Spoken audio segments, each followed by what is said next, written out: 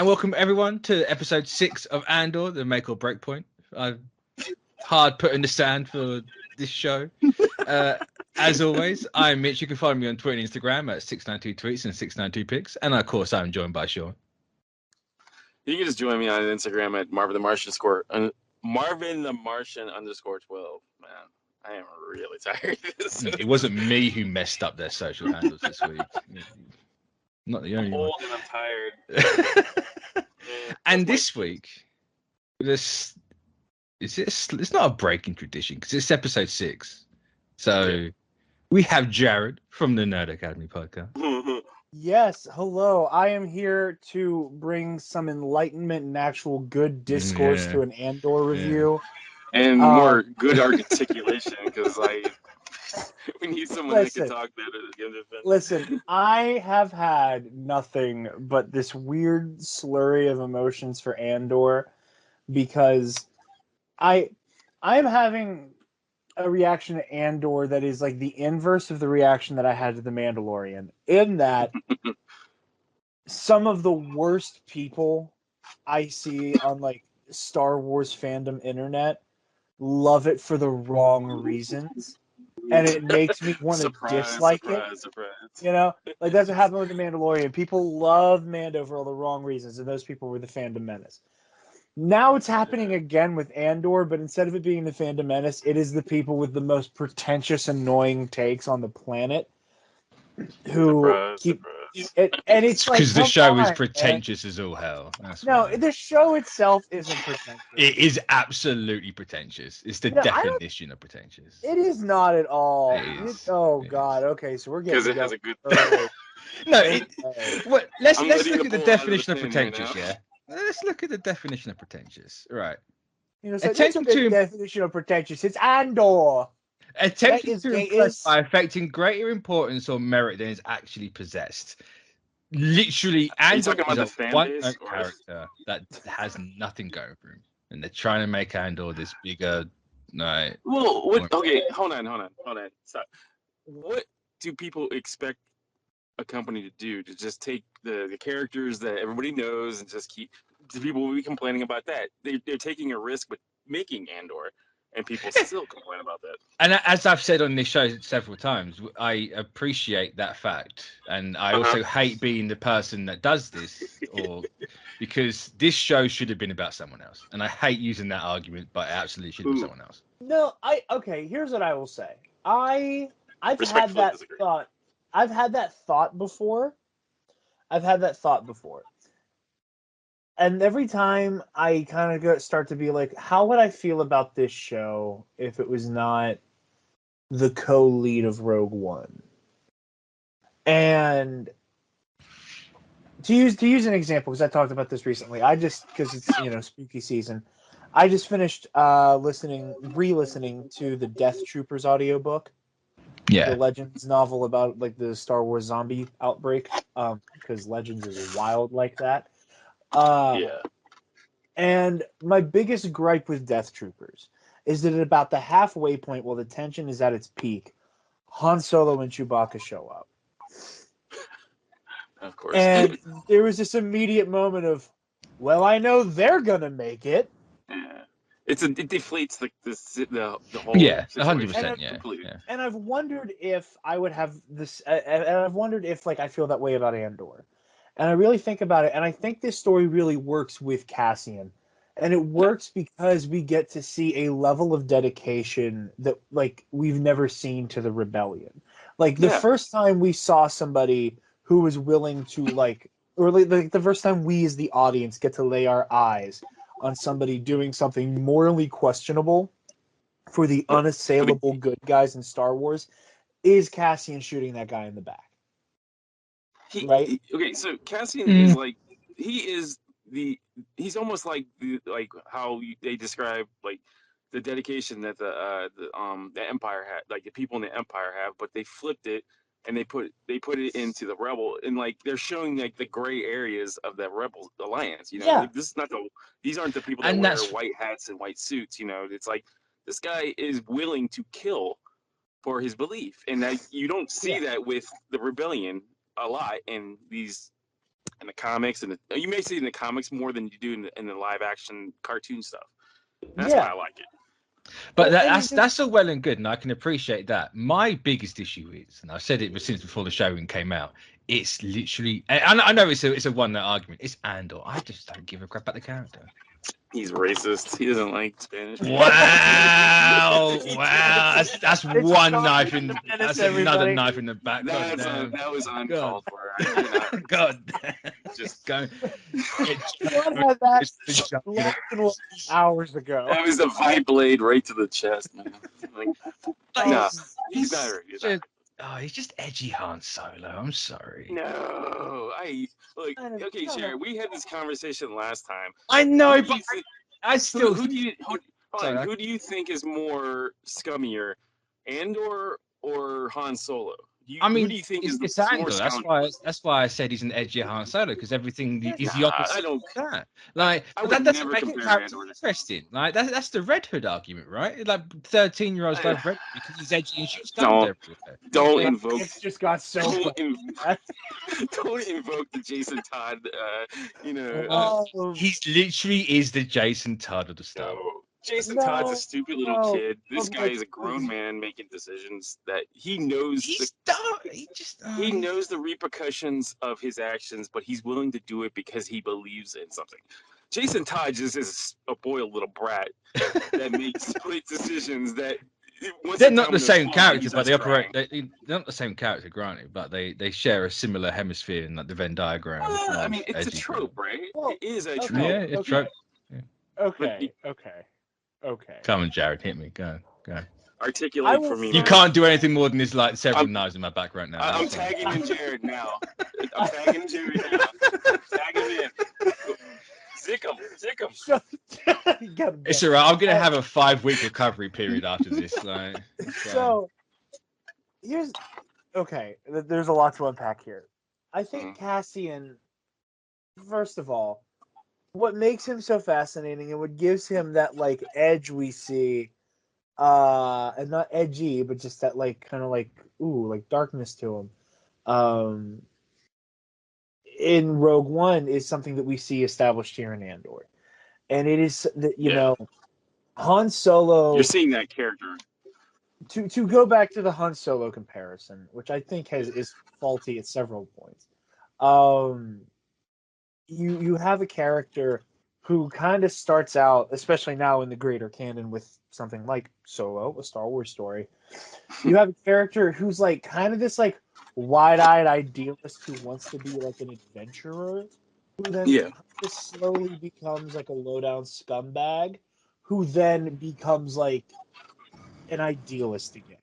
Who becomes, I don't even go so far as to call Han an idealist, but like he finds his soul again and becomes somebody who's like worth rallying behind. It's not to say that Andor is without soul, but Cassian as a character has lived his life in it's the galaxy or me perspective that has been forced onto him because of the subjugation of either the Empire, the Galactic Republic, or the Separatist movement. And because of all of those things and him having to like fight for everything, you have somebody who has a do or die cutthroat mentality on the galaxy from the jump. So now you take that guy and you put him in this crucible that slowly changes him from being a very selfish inward man to being somebody who's willing to lay their life down for the cause the way that he is. Cassian is willing to do whatever it takes for the Rebel Alliance, and we meet him in Rogue One. And, like, it took Han Solo, like, maybe an adventure and a half to be down with the cause for the Rebel Alliance. Cassian still is not at that point yet. And he wasn't because they spend, like, an hour and a half walking 4 foot in the show. Like, you can't get anything done. Is this done. your Lord of the Rings comparison? No, Lord of the Rings is fascinating. One of the best trilogies of all time. I would die on the hill. This is nowhere near that. I mean, it took you decades for that to become the Lord of the Rings more relevant. I mean, no one's talking about Andor, so it's no. I mean, look, I'm not trying to convince you. I'm not trying to convince anybody. You know, like this is you know, I think Han Solo, like I said last time, I don't think Han Solo, even at his peak scumminess, would kill somebody. You know, he would more run away or try to talk himself out of the situation. And/or, giving in the same situation, would stab you in the back, shoot you. We've seen it. You know, we've seen. You know. I always thought Han Solo. Look again, Han Solo is a. He was never a killer. I've never seen him as a killer. You know, he was more of a swindler. You know, he would talk himself out of a situation before he would kill somebody. The blaster will come out when it has to, but yeah. But Andor is like, I'm gonna shoot you. Like, I mean, we've seen it in Rogue One. He shot a guy because he thought he was gonna get ratted out. You know, like I think Han Solo would have ran. You know, the other way. You know, I don't know. The comparison is kind of like comparing apples to oranges. I think Han Solo. Well, I mean, it is the archetype of the rogue who becomes a rebel hero. You know, yeah. And Star Wars is like poetry. It rhymes. Like there's archetype that we see throughout Star Wars that becomes shorthand for itself, and it's one of the things I love about the Disney era is that like we've had like meditations on and like subversions of these like classic archetypes of like the reformed imperial. Like how many reformed Imperials do we have in canon right now? We'd be here for hours. We would be here for hours just talking about like ex-Imperials who found the light and either joined the Rebel Alliance or stopped, at the very least, being, you know, bastards. Same thing with like the rogue turned rebel. Like we have your Cassians and your Hans and your, I mean, not canon anymore, but your Dash Rendars and Kyle Katarns. Like it is an archetype. So the comparison is natural because you have someone like Han. The same way that like your hero from the desert is always going to be compared to Luke Skywalker.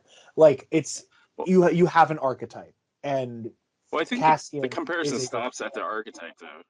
Exactly. Yeah. Exactly. It is you have a rogue turned rebel, and their stories divert from there. Yeah, and I'm not saying like, you know, like, look.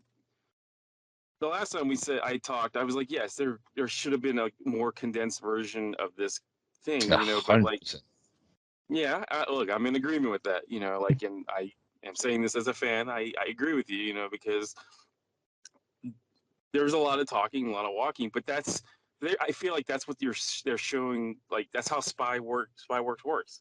It's not all action. It's not James Bond. You know, like James Bond is more fictional than any type of, you know, actual spy work. You know, I think this is too realistic in my opinion. You know, it's more. I agree. I 100% too agree. realistic. Yeah. You know, like it feels like they took what spies actually do in the real world and applied it to the Star Wars.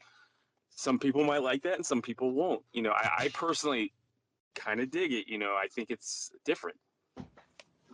Well, I like it because there's an amount of time we get to spend with these people that there's a humanizing effect at play here.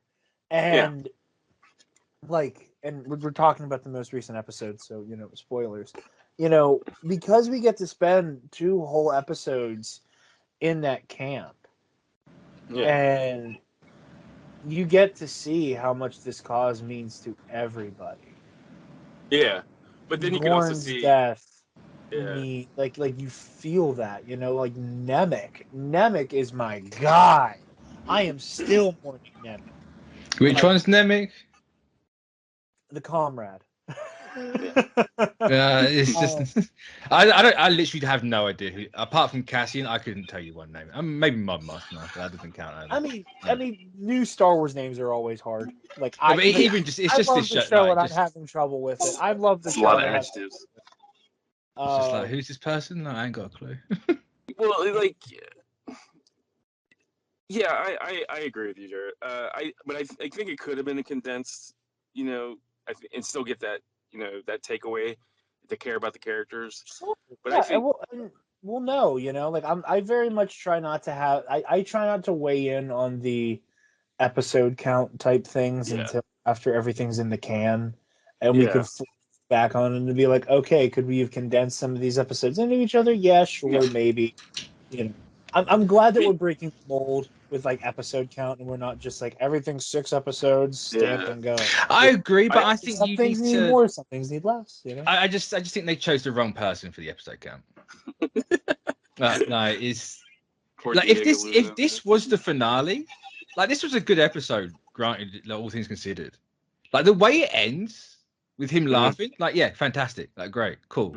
That should have been the end of the season, and the season 2 can pick up wherever the hell it wants to. But like the fact that I know I've got 6 weeks of God knows else what now.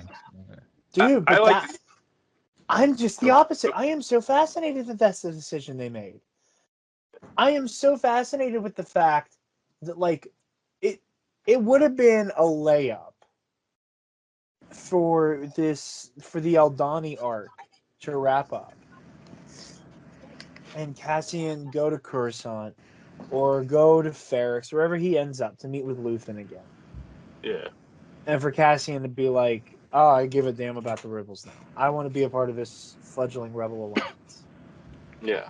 And Cassian finally stake his claim. Instead, he sees they make the decision to have Skeen be this opportunist, sack of crap that he is, and go from like, yeah, like they killed my brother, and then the whole like, oh, I don't have a brother. Like I just give me my credits. I want to be on my way. And you see Cassian, after watching Nemec give his life, Nemec used his dying breaths to save this mission. And then Cassian watches Skeen, who was super, we need to help Nemec, completely renege on that. Yeah. Like, and you see that shake him. And again, I think that will down the road, I think, form how dedicated Cassian is to the mission. Well, like I think the fact that he like throughout these episodes he was like, I'm suspicious of you. I'm suspicious of you. It's because and then all of a sudden he just kind of turns on the whole group gets turned on, by this guy. He's, and then I just love the fact that he just shot him. He's just like, he's like, why don't we just part ways with the money and split it? And the first thought that came to his mind was, all right, this guy's he's going to kill us all, to take the money. And like, you got to get, but like, I love the thing that is like, you don't see this in any Star Wars thing. Everything is just like, there's always a black and white, you're either good or you're bad, This is just like right down the middle for me. Like I love it because it's like that gray area, that murky area where, like he's just like by the end of the season, he's going to be just as bad, if not worse than what he was fighting against, because, just because you're on the rebel side but you're still doing some really terrible, heinous stuff, but he believes in the cause so much that he's willing to do that. And you don't get that from a lot of characters in this universe, and it's like it's kind of refreshing. I mean, that's true, and I also think there's something very fascinating and something worth delving into, where again, Star Wars was, and always will be a deeply political story, and its real world politics are not milquetoast. George Lucas made the decision in the 70s and 80s during the Cold War to make a movie about an evil empire, and the evil empire was a hybrid of Nazi Germany and the United States. Yeah. That's not by accident. And I think that you get because of that, you get to get into a really interesting territory where you get to experiment with like, a means and ends conversation, right? And Cassian and your Saw Gerreras and the people who eventually kind of don't jive well with the Rebel Alliance, because the Rebel Alliance makes some decisions about the tactics they are willing to use. Yeah. That, people like Saw Gerrera are too extreme. And let's keep in mind that we are yet to see Saw Gerrera. So, like, this season is about to get real live, real quick when my boy Saw shows up. It better, I tell you. Something better happen. But you get into that place where you realize that, people lose the luxury of getting to be Luke Skywalker. you know. And I think that's a fascinating thing that we're going to get to explore here. And I also, you know, knowing that Luthen is a little cutthroat, and knowing how dedicated Cassian is by the time we meet him in Rogue One, like, we're probably going to see why the Rebel Alliance does not mess with Saw Gerrera. Yeah. And we're going to get to see Saw do some, like, wild stuff in the name of taking out a couple Imperials. But Yeah. again, like, and it comes back to that, like, weird place of, you know, yeah, sometimes your tactics have to be ugly because, like, how else do you spawn a revolution? You know, like, Yep. and it's the hard questions that normally don't get asked in Star Wars because the evil is so evil. And it's one little bit of pushback I have for, like, what you were saying earlier, Sean, with, like, oh, you never get to see people who are morally gray or all these things. And I only slightly disagree because the evil of Star Wars is so, like, comically evil. Yeah. Like it is hard. It is hard to be, like, lesser of two evils when one of those evils actively blows up entire friggin' planets. But Right? I mean, So, like, I it's think my so point hard was, to look at. You can only have, like, the, like, ooh, we're, like, morally ambiguous on the micro scale because, like, no, ooh, but you shot somebody in the back. You know, well, I mean, we're, like, I compared to mean, the other guy, like, you can't, like, it's not even apples and oranges. It's like apples and yeah. rutabagas. You know? Well, I mean, what I mean by that was more like, it's good to see that you get to see the ugly side of the rebellion. Like, Yeah. I'm not like, you know, the side that you don't really see too much. You hear it in movies and TV shows, but then you didn't really see it until Rogue One, where you see him literally shoot the guy in the back, you know, and like, Yeah. He's like, oh no, just to my see, arm. Yeah. yeah. So, but like, you know, sometimes I try to reapply uh, stuff that I watch with stuff that I've experienced, you know, Yeah. stuff that I've heard, you know, and like when I was in the army, you would hear things about this stuff. You know, you would hear about these, you know, units that were not really on the radar, you know, but they're doing some really great stuff, you know, and like you're completely right. They take, like, Star Wars is always about taking political stuff and then just applying it to this fictitious world, you know, and like, but I think it's gotten better and more clear, you know, now than it was, because like I feel like when Lucas was in charge, it was more, you know, it was very on the nose, you know, you could kind of see it. I mean, Yeah. the Empire is basically, you know, you look at the attire and you just, okay, Nazis, you know, like you Yeah. Yeah. cannot. But like I feel like with the era that He we are also had the now, cover of every villain in that era of filmmaking was the yeah. Nazi. Like, But so like he had that in cover. this, He had, yeah, but it, the Empire's practice, like, aesthetically they were the yeah, Nazis, but in their yeah, behavior they were the American Empire. And American, so yeah, many people, like, don't appreciate that, like, yeah. very, like, Well, people just don't aggressively, like the like, truth. yeah, Like it's people don't the like the truth, you know. truth. They get Truth lost in hurts. the aesthetic. They get lost in But the aesthetic because when you think of the aesthetic of fascism, you think of Nazi Germany, not, but like, our own weird jingoism. yeah. But in the era that we're in now with the Star Wars, it's more subtle and like more nuanced than it was back then. It's not like on the nose. Like you sometimes you can't even guess who's the good guy or who's the guy that's on your side, you know, like just by looking at them. Yeah. Um, and that's what I appreciate. I appreciate that, you know. It's like, I mean, if you were in the if you were with Andor, like, could you trust that guy? Like, I don't know, you know, because like like one mistake, you know, and then you're got a laser, you know, laser burn Yeah. right in the back of your back, you know, and like it's not that it's wrong what he did in Rogue One. It was self-preservation, obviously, Yeah. and like to preserve, you know, his ideology, you know, and but I mean, what I like about it is like you're in this show, you're seeing that build up to that character, to who you get introduced to in Rogue One, and I appreciate that. Exactly. And I cannot wait to see him have a cause. Like, Yeah, that's the thing that I love so much yeah. is that he's never going to He's lose that sense of, like, I he, have to do what I have to do. yeah, He's always going to and be willing to he's kill that guy. You see that yeah, it's at the halfway point in Rogue One where he, yeah, like he has to watch Galen Erso step in front of all of those other scientists.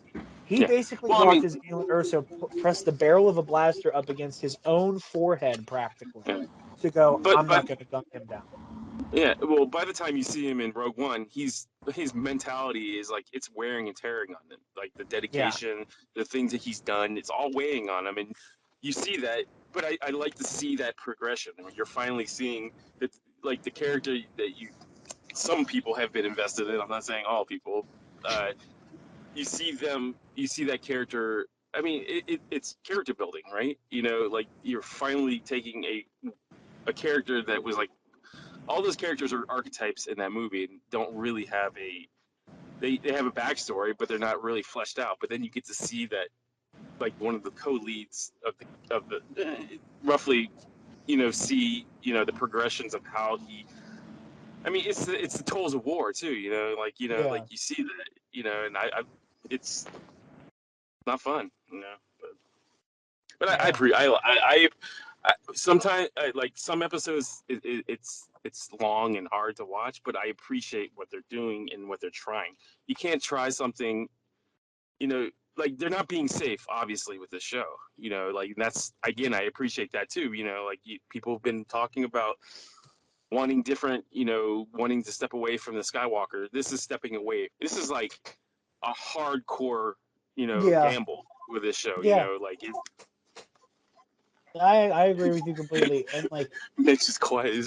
Are you on mute, Mitch? No, I'm just letting the people have an actual like semi-positive. I say semi-positive, like a positive episode of Andor on this channel. No, I'm just letting you go. Well, I mean, I agree with some of the complaint, not the concerns you have about the show, but it's like I think, in my opinion, I think the positives outweigh the negative on the show. And Yeah, I I always come back down to. I've said it before on here. Like, it's just there's nothing for me to get my teeth into. Like all the stuff. Like I agree with you. Like you two on everything else. Like everything about this show is like, yes, this is what I know. I can appreciate and I like that Disney's trying to do this.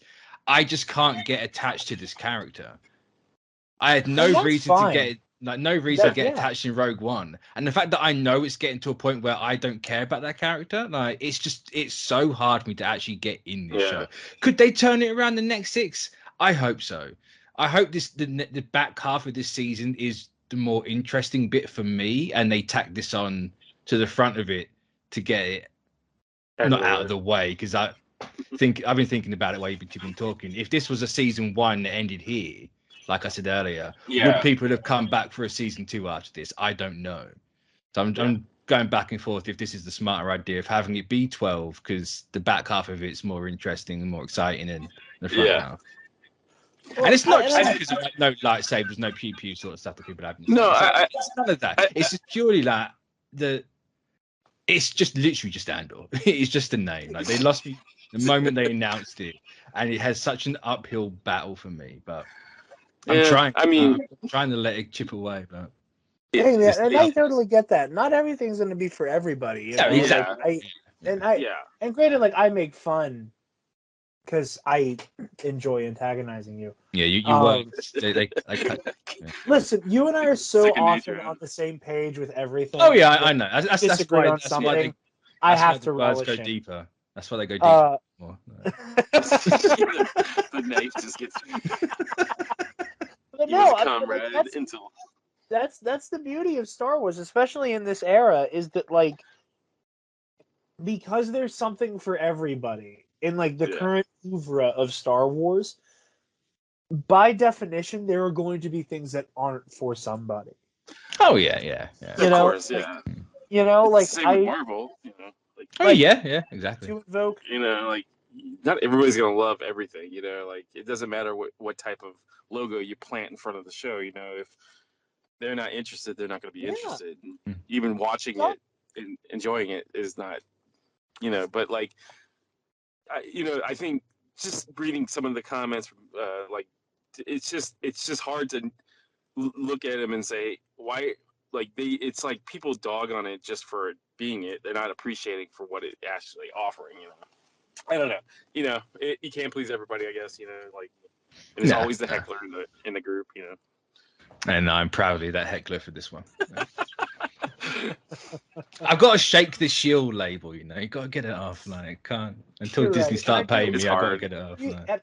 and I will say, just because we've been talking about like Andor big picture, to zero in on the episode a little bit, I do just want to say this: this is fantastic, and I know, again, Mitch, I know it's not super working for you, and Sean, even you've had some complaints. I completely A understand. little bit. I've really been liking this 3-act structure Yeah. for these arcs. Like, I love how we had like the 3-act Ferrex build up. Yeah. The first 3 episodes, and now we've had this like 3-act like build up Episodes. of the Eye of Aldani, and I love that it's like this like batch of 3 acts that you just kind of get to gnaw on it as you go. So I really been loving the pacing, and I sounded like Connor. I've been loving. I really been liking the pacing format of Andor so far. Like it specifically, like it has led to so much payoff in that like 3rd act finale for each of these arcs. You know, with the shootout on Ferrex, you know, with this battle on Aldani, you know, like the hostage situation. Like again, like it was just so freaking intense, and I loved it all. And the visuals for the eye itself. I was gonna say the like the escape flight, like that was fantastic. That was stunning. Oh yeah. And it was such a unique situation for like vehicles. You know? I've never seen something like that. No, that was. I actually had to rewind that bit because I'm gonna watch that again. That was really nice. Yeah, no, it's absolutely great. And don't get it. Then again, the whole show looks great. Like the cinematography wise, it's fantastic. Yeah, absolutely. And I don't think anybody could mistake what you're saying. I don't think anybody could mistake your. This specifically doesn't work for me, as I think this show is bad. Like, you know, it's just one of those things. You know, not everything's for everybody. Yeah. That's fair. Exactly. Yeah. Yeah. This might be the start of a 5-week break. We'll see next week. We'll go week by week now to see. Actually, I'm going to carry on talking about the show. You never know. This was a slight uptick. It's like if they can, ladies, gentlemen, and everything in between. If you need your weekly Andor fix, yes, we here at the Nerd Academy podcast will be taken care of. Yes, they do good stuff. I have been listening. I've been a bit slack recently, but I have been listening. Yeah, no, I've got a little bit of faith the next 6 are going to be better because this was a slight uptick. It's just I don't want it to go back down to episode 1 again and like go all the way back up. Where we've got to start again and go all the way back up. Like that will absolutely lose me. That laugh is worrying because it's like that's exactly what I'm going to get. No. We will see. So If you don't see this next week, like, don't be surprised. If you see it next week, be happy. Well, I mean, if anything, if you don't see it next week, the tradition of having Jared on the finale. Yes, we will absolutely be back for the finale and talking about. Oh, you're right. You will be. Oh yeah. We can have an hour-long conversation about that. Well, it depends. If I like it by the end, it'll be an hour. If not, it's going to be half an hour. The human body can only take so much, and death by 1,000 cuts isn't how I want to go. God help you if Saw Gerrera is the finale. God help you. I mean, it's a Star Wars Disney show. I'm expecting some guest role, so I'm not going to say cameo. Yeah. So we'll catch you maybe next week, everyone. If not, I'll see you in 6. Bye-bye.